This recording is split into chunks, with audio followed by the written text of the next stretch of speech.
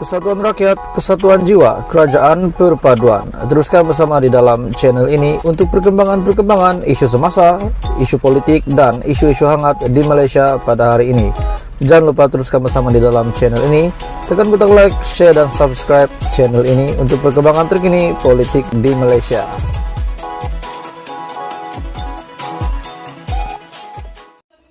Salam sejahtera Malaysia, tuan-tuan dan puan-puan semua. Dikabarkan terdapat 4 sokongan ataupun 4 adun yang nak tarik diri daripada Pakatan Harapan. Dan akhirnya mereka dilihat seperti tidak jadi untuk menarik diri, untuk mengundurkan diri daripada Pakatan Harapan gara-gara akta anti lompat parti. Satu berita yang saya nak kongsi dengan kamu, di mana 4 adun gagal untuk mencabar undang-undang anti lompat parti.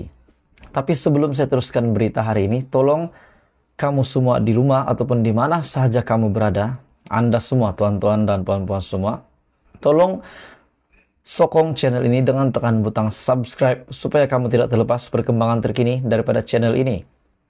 4 adun gagal mencabar undang-undang anti lompat parti. 4 ahli Dewan Undangan Negeri Adun Pulau Pinang hari ini telah gagal memperoleh kebenaran daripada Mahkamah Persekutuan untuk mencabar peruntukan di bawah enakmen anti lompat parti di negeri itu.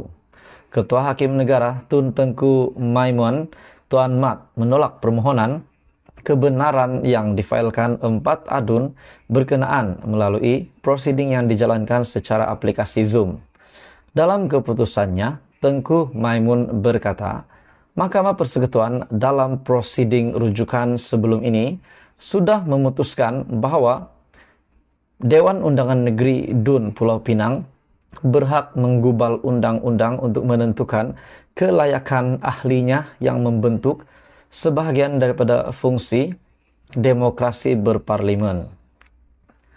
Sehubungan itu, katanya, Mahkamah menolak permohonan keempat pemohon berkenaan tanpa sebarang perintah berhubung kos.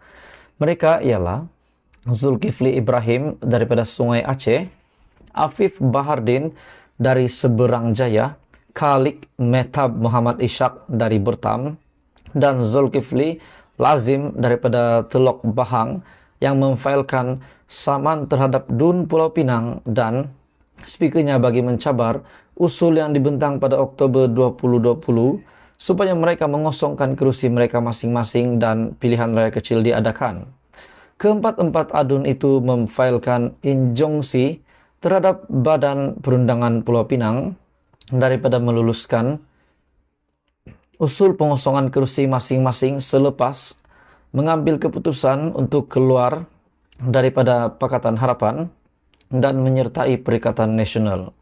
Terdahulu juga, Peguam Datuk DP Naban yang mewakili semua adun berkenaan berkata, Dun Pulau Pinang tidak mempunyai kuasa untuk menggubal undang-undang anti lompat parti dan ia melanggar kuasa berkaitan pemilihan dewan atau ahli parlimen.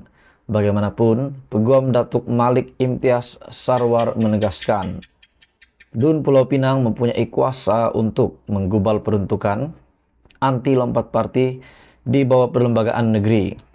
Pada 3 Ogos lalu, Mahkamah Persekutuan telah memutuskan peruntukan di bawah enakmen anti lompat parti Pulau Pinang adalah sah dan berperlembagaan serta perkara 14E Perlembagaan Negeri Pulau Pinang adalah konsisten dengan perkara 10 dalam kurungan 1 dalam kurungan C Perlembagaan Persekutuan. Perkara 14E Perlembagaan Negeri Pulau Pinang menyatakan seseorang ahli Dewan Undangan Negeri Adun hendaklah mengosongkan kerusinya jika selepas dipilih sebagai calon parti politik, meletak jawatan atau dipecat daripada parti atau menyertai parti politik lain.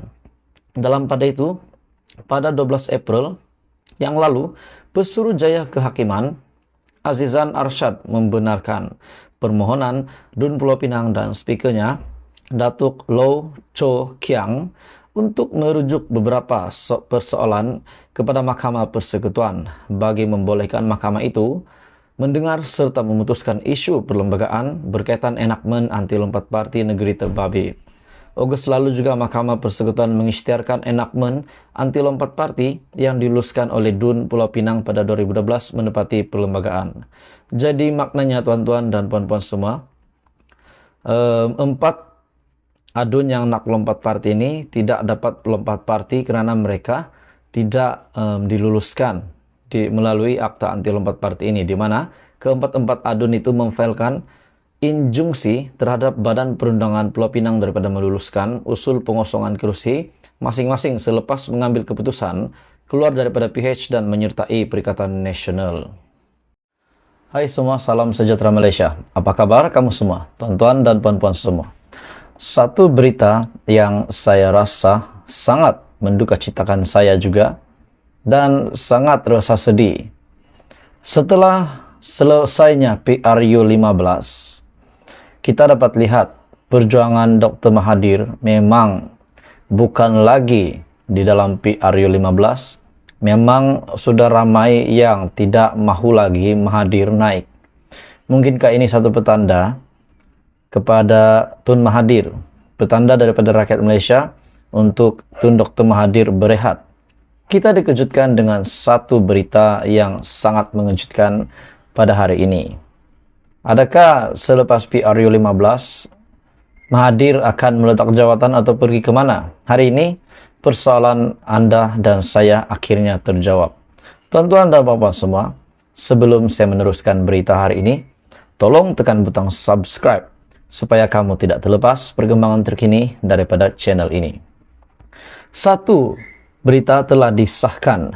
Saya lihat tajuk berita ini, Dr. Mahathir akhirnya membuat satu keputusan yang paling mengejutkan, tapi saya rasa keputusan ini mungkin tidak menggemparkan sesiapa.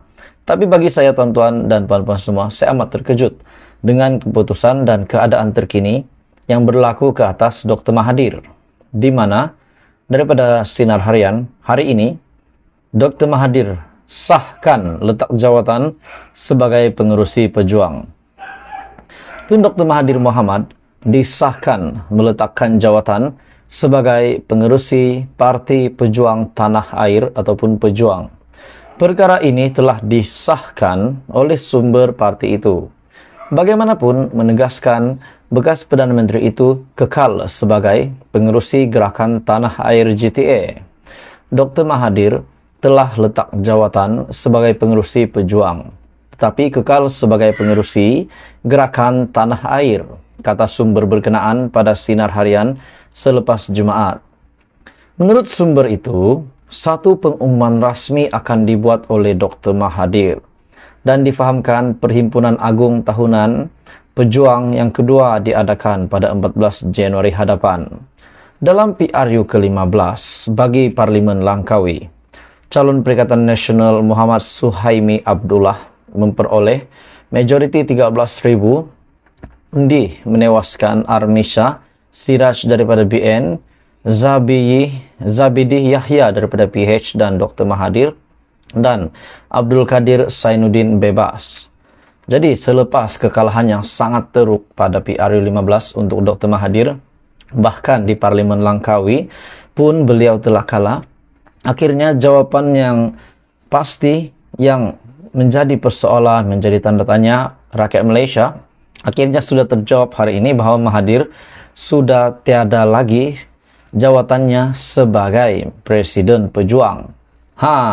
Maksudnya Mahathir bukan lagi Presiden ataupun pengerusi pejuang, yaitu Parti Pejuang Tanah Air. Mahathir bukan lagi pengerusinya.